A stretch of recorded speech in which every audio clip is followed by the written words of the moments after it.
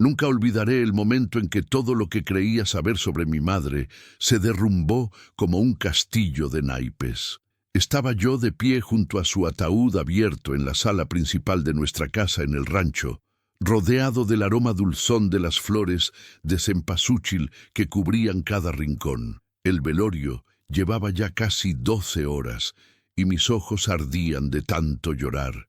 Mi madre, Guadalupe Ramírez, había fallecido 3 días antes tras una larga batalla contra el cáncer, o eso era lo que todos creíamos. Las velas titilaban proyectando sombras inquietas sobre las paredes encaladas, mientras los vecinos del rancho El Mezquite entraban y salían, algunos murmurando rezos, otros ofreciéndome abrazos que apenas sentía.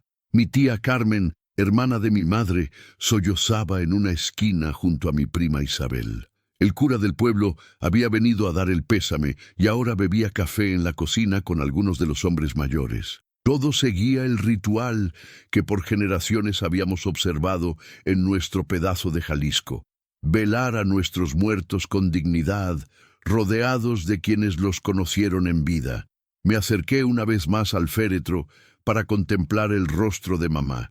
Estaba pálida, pero el maquillaje funerario había logrado devolverle algo de color a sus mejillas. Parecía dormida, serena, como si por fin hubiera encontrado la paz que tanto buscó en vida. Acaricié su mano fría mientras las lágrimas volvían a nublar mi vista. «Miguel, deberías descansar un poco», me susurró mi tío Héctor, poniendo su mano sobre mi hombro. «Llevas despierto desde ayer». «No puedo, tío. Mañana la enterraremos y ya no podré verla nunca más». Fue entonces cuando sentí que alguien se colocaba a mi lado. No le presté atención al principio, asumiendo que sería otro vecino o familiar lejano que venía a dar sus condolencias. Pero entonces, una voz que no reconocí me susurró al oído palabras que helaron mi sangre. Ella fingió su muerte. Búscala en San Jerónimo. Me giré bruscamente, pero el hombre ya se alejaba entre la gente. Alcancé a ver solo su espalda. Un sujeto de mediana edad, delgado, con sombrero de palma y una camisa a cuadros. Intenté seguirlo, pero la señora Dolores me interceptó para darme un abrazo, y cuando logré zafarme, el desconocido ya había salido de la casa. Corrí hasta el patio delantero, justo a tiempo para ver una camioneta vieja alejándose por el camino de terracería, levantando una nube de polvo rojizo bajo la luz del atardecer. Mi corazón latía desbocado mientras las palabras del extraño resonaban en mi cabeza. ¿Qué significaba aquello? Mi madre viva, en San Jerónimo, el pueblo que quedaba a unos 30 kilómetros de nuestro rancho. «¿Qué pasa, Miguel? Parece que viste un fantasma», dijo mi primo Raúl, acercándose con un cigarro a medio consumir entre los dedos. «Nada», mentí. «Solo necesitaba aire fresco». Regresé al velorio con la mente nublada por la confusión. Observé de nuevo el cuerpo de mi madre en el ataúd. Era ella, sin duda. Reconocería ese rostro entre millones.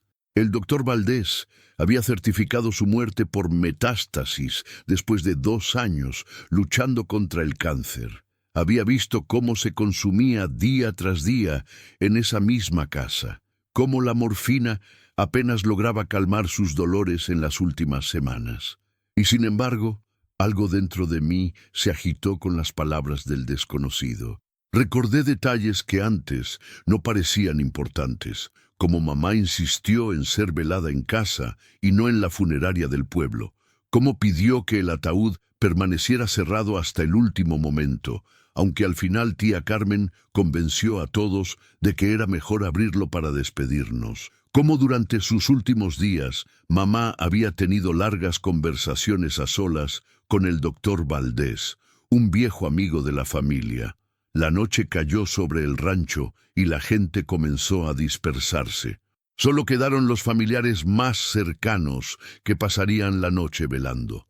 Me senté en la mecedora del porche con una taza de café negro, mientras escuchaba el canto de los grillos y los rezos apagados que venían del interior. La luna iluminaba los campos de agave que se extendían más allá de nuestra propiedad, plateados bajo su luz. Fue entonces cuando recordé el sobre. 3 días antes, pocas horas antes de morir, mamá me había entregado un sobre sellado. «Ábrelo solo después del funeral, Miguel», me había dicho con una mirada que ahora me parecía cargada de significado. «Prométemelo». El sobre estaba en el cajón de mi mesita de noche. No había pensado en él hasta ese momento, consumido por el dolor y los preparativos del velorio. Me levanté de un salto y entré a la casa, evitando las miradas de mis familiares. Me encerré en mi habitación y saqué el sobre del cajón con manos temblorosas. Lo abrí y dentro encontré una llave vieja, oxidada, que no reconocí, junto a una nota escrita con la inconfundible caligrafía de mi madre. «Hijo mío, si estás leyendo esto, es porque he tenido que partir. Hay verdades que no pude contarte, secretos que me han perseguido toda la vida. La llave abre la puerta a mi pasado. Búscame donde comenzó todo. Te quiere, tu madre». Mi respiración se aceleró. ¿Era posible?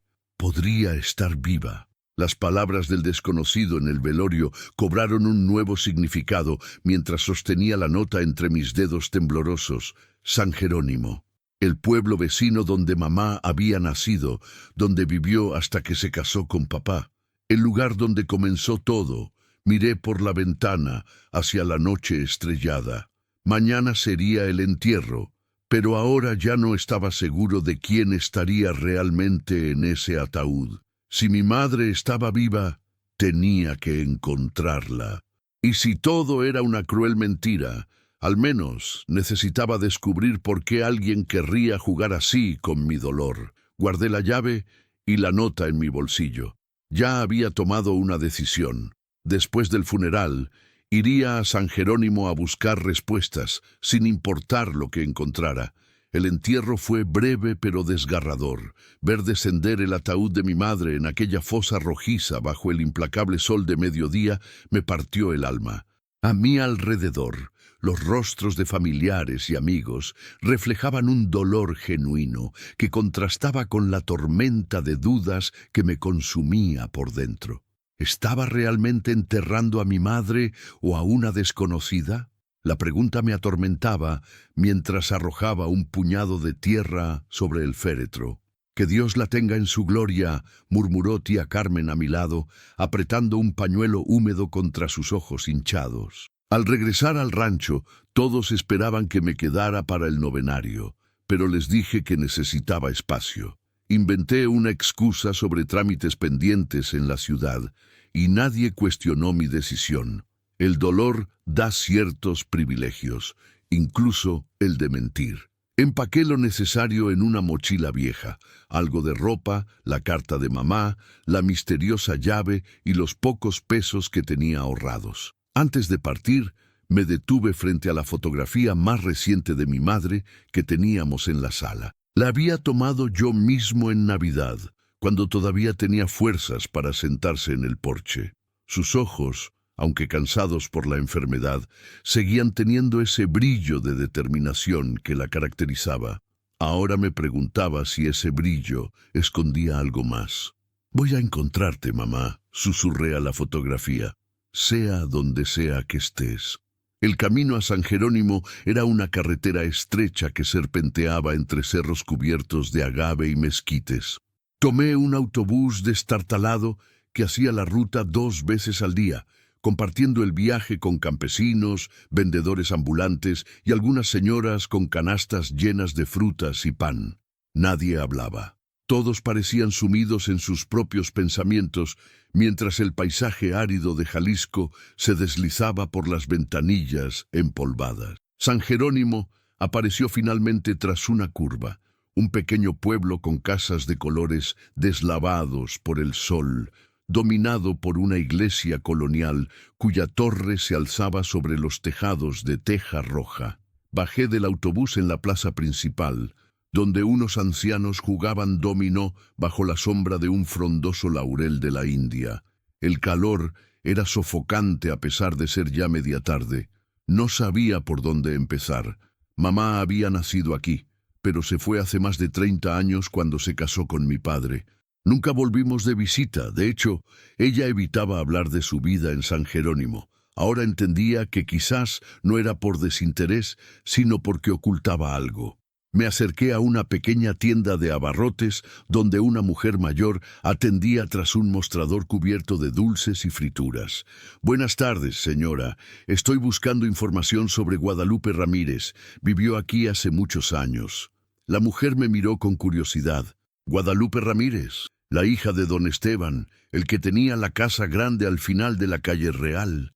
Mi corazón dio un vuelco. Nunca había escuchado hablar de mi abuelo Esteban ni de ninguna casa grande. «Sí, creo que sí. Soy su hijo». La expresión de la mujer cambió instantáneamente. Sus ojos se abrieron con sorpresa y algo que parecía miedo. ¿Su hijo? Pero Lupita nunca... Se interrumpió como si hubiera estado a punto de decir algo indebido. «Lo siento, joven, pero hace mucho que no sé nada de ella. Si me disculpa, tengo que atender a mis clientes». Se dio la vuelta y comenzó a ordenar latas en un estante, aunque no había ningún cliente esperando. Era obvio que no quería seguir hablando conmigo. Salí de la tienda más confundido que antes. Al menos ahora tenía un destino: la calle Real y la supuesta casa grande de mi abuelo. Pregunté direcciones a un niño que jugaba con un balón desinflado, quien me señaló hacia el este del pueblo. La calle Real resultó ser la avenida principal que atravesaba San Jerónimo de punta a punta. A medida que avanzaba, las casas se volvían más antiguas y señoriales. Al final de la calle, aislada del resto, se alzaba una mansión de estilo colonial que había conocido días mejores. Estaba parcialmente en ruinas, con las paredes desconchadas y las ventanas tapiadas con tablones. Una verja de hierro oxidado rodeaba la propiedad, y en la entrada un letrero desgastado advertía: «Propiedad privada. Prohibido el paso». Me detuve frente a la verja contemplando la casa abandonada. ¿Era este el lugar donde mi madre había crecido? ¿Por qué nunca me había hablado de ello? La propiedad sugería riqueza, una vida muy distinta a la sencillez del rancho donde me crió. Saqué la llave de mi bolsillo y la observé detenidamente. Era antigua, de hierro forjado, con un diseño elaborado en el mango. Miré la cerradura del portón y luego la llave. Coincidían en estilo y época. Con el corazón acelerado, introduje la llave en la cerradura. Encajaba perfectamente. La giré y el mecanismo, aunque oxidado, cedió con un chirrido metálico. El portón se abrió hacia adentro con un gemido lastimero. Entré en la propiedad con cautela. El jardín, antaño seguramente espléndido, era ahora un mar de hierbajos que me llegaban a la cintura. Avancé por lo que quedaba del camino empedrado hacia la entrada principal de la casa.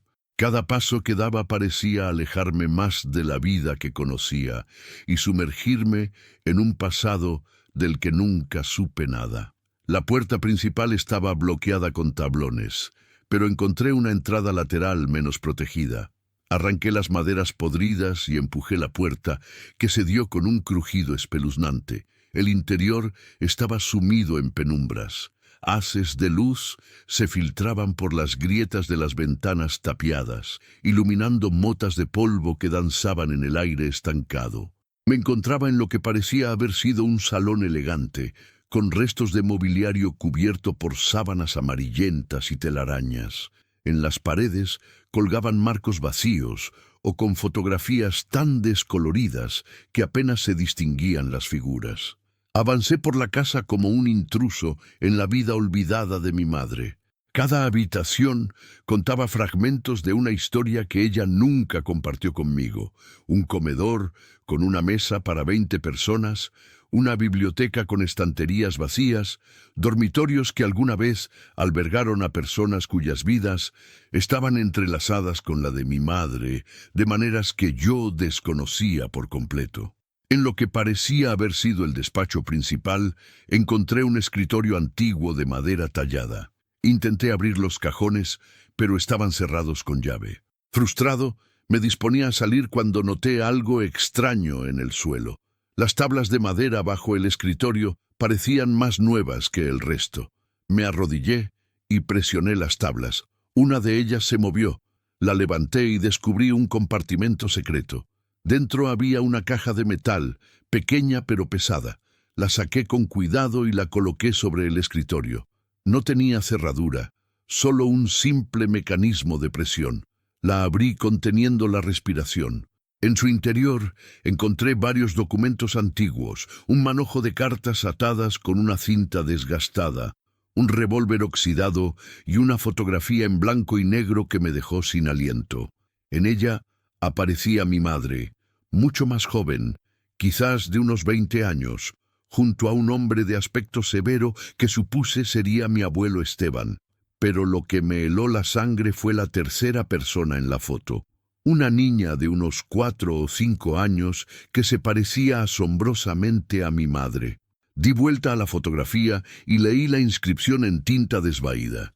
Esteban, Guadalupe y Marisol, 1985. Marisol, un nombre que nunca había escuchado antes. Tomé el manojo de cartas y desaté la cinta. Todas estaban dirigidas a mi madre, enviadas desde diferentes lugares, Ciudad de México, Guadalajara, incluso algunas desde Estados Unidos. Abrí la más reciente, fechada apenas 3 meses atrás. Querida Lupita, las cosas se han complicado. Ya no es seguro seguir con nuestro plan original. He arreglado todo para el 15 de junio en la antigua clínica. El doctor Valdés se encargará de los detalles. Es nuestra última oportunidad. Te espero donde acordamos. Trae solo lo esencial. Con amor, M. El 15 de junio, 3 días antes de la supuesta muerte de mi madre. El doctor Valdés, el mismo que certificó su fallecimiento. Mi mente daba vueltas tratando de conectar todas las piezas. Un ruido en la entrada de la casa me sobresaltó. Pasos que se acercaban lentamente. Guardé rápidamente la fotografía y la carta en mi bolsillo, dejando el resto en la caja. ¿Quién anda ahí?, gritó una voz masculina desde el pasillo. Me quedé paralizado. Los pasos se acercaban al despacho. Busqué desesperadamente una salida o un escondite, pero era demasiado tarde. La figura de un hombre se recortó en el umbral de la puerta. «Sabía que vendrías, Miguel», dijo. «Tu madre me advirtió que eras tan terco como ella». Era el doctor Valdés, el mismo que había atendido a mi madre durante su enfermedad, el mismo que había firmado su certificado de defunción. Y ahora estaba allí, mirándome con una mezcla de resignación y preocupación. «Doctor Valdés, ¿qué está pasando? ¿Dónde está mi madre?» El hombre suspiró profundamente antes de responder. «Está viva, Miguel, y en grave peligro, al igual que tú, ahora que has venido aquí». El doctor Valdés cerró cuidadosamente la puerta del despacho tras de sí. En la penumbra su rostro parecía haber envejecido 10 años desde la última vez que lo vi en el rancho. Se acercó a la ventana y miró entre las rendijas de los tablones, como si temiera que alguien nos hubiera seguido. «No tenemos mucho tiempo», dijo en voz baja. «Esta casa no es segura, nos vigilan». «¿Quiénes?», exigí, tratando de controlar el temblor en mi voz. «¿Y por qué mi madre fingió su muerte? ¿Quién es Marisol?» El doctor se pasó una mano por el cabello canoso y me miró con compasión. «Tu abuelo, Esteban Ramírez, era un hombre poderoso y peligroso. Tu madre tuvo una hija con su primer esposo, Marisol. Cuando tu abuelo hizo desaparecer a ese hombre, tu madre escapó con tu padre, pero tuvo que dejar atrás a Marisol. Ha vivido con ese dolor toda su vida». Salimos por la parte trasera de la casa y subimos a su viejo Volkswagen. Mientras avanzábamos por caminos cada vez más estrechos adentrándose en la sierra, el doctor continuó explicando. «Hace 6 meses, Marisol contactó a tu madre. Le dijo que estaba en peligro, que los socios de tu abuelo la habían amenazado por unos documentos comprometedores que tu madre encontró después de la muerte de don Esteban. Documentos que podrían hundir a gente muy poderosa. Llegamos a lo que parecía una antigua hacienda reconvertida en clínica privada. Tras identificarnos con un guardia, el doctor me condujo por pasillos silenciosos hasta una habitación al final del corredor. Y allí estaba ella, mi madre, viva. «Miguel», Su voz era la misma de siempre, quizás un poco más débil. «No deberías haber venido, no es seguro». Me acerqué a ella como en trance, dividido entre el alivio y la ira, el amor y la traición. «¿Por qué, mamá? ¿Por qué todo esto? Te lloré, te enterré». «Lo sé, hijo, y me odio por haberte hecho pasar por eso, pero era la única forma de mantenerte a salvo». Mi madre se levantó y sacó una carpeta de un pequeño escritorio. «Estos son los documentos que Marisol quiere. Registros de operaciones ilegales, nombres, fechas, cuentas bancarias. Acordamos que después del funeral ella y yo desapareceríamos juntas, pero Marisol no apareció en el lugar acordado. En su lugar, recibí un mensaje amenazante con una foto tuya. Supe entonces que me había traicionado». La puerta se abrió bruscamente. El doctor Valdés entró con el rostro descompuesto. «Tenemos que irnos. Ahora. Han encontrado el auto». Nos guió por un pasillo lateral hasta un túnel excavado en la roca. Avanzamos en la oscuridad, pero de pronto escuchamos pasos que se acercaban desde el otro extremo. «Miguel». Mi madre puso la carpeta en mis manos. «Toma esto y corre hacia la salida. El doctor te acompañará. Yo los distraeré». «¡No!», protesté. «No te dejaré aquí, hijo». Su voz era firme pero cargada de emoción. «He pasado 30 años protegiéndote. Lleva estos documentos a la Fiscalía en Guadalajara. Pregunta por el licenciado Reyes. Él sabrá qué hacer». Me abrazó con fuerza y luego caminó hacia la luz que se acercaba, mientras el doctor me jalaba en dirección contraria. «Marisol», la escuché llamar. «Sé que eres tú. Aquí estoy. Soy yo quien tiene los documentos». Lo último que vi fue la silueta de mi madre, erguida y digna, enfrentándose a las sombras de su pasado. 3 meses han pasado desde aquella noche. Los documentos destaparon una red de corrupción que se extendía por todo Jalisco. Marisol fue encontrada muerta en el túnel, junto a 2 hombres armados. Mi madre sobrevivió, aunque recibió un disparo en el hombro. Ahora vivimos en Ciudad de México, bajo nuevas identidades, parte del programa de protección a testigos. Una tarde, sentados en el balcón de nuestro pequeño apartamento, me atreví a preguntarle si se arrepentía de las decisiones que tomó. «Cometí errores, Miguel. El peor fue abandonar a Marisol, pensando que podría protegerla desde lejos. Pero si pudiera volver atrás, hay una cosa que no cambiaría: haberte protegido a ti. Eres lo mejor que he hecho en mi vida». Nos quedamos en silencio, contemplando el atardecer. Un nuevo día llegaría mañana, lejos del rancho, lejos de San Jerónimo, lejos de los secretos que casi nos destruyeron, pero estábamos juntos, y eso, por ahora, era suficiente.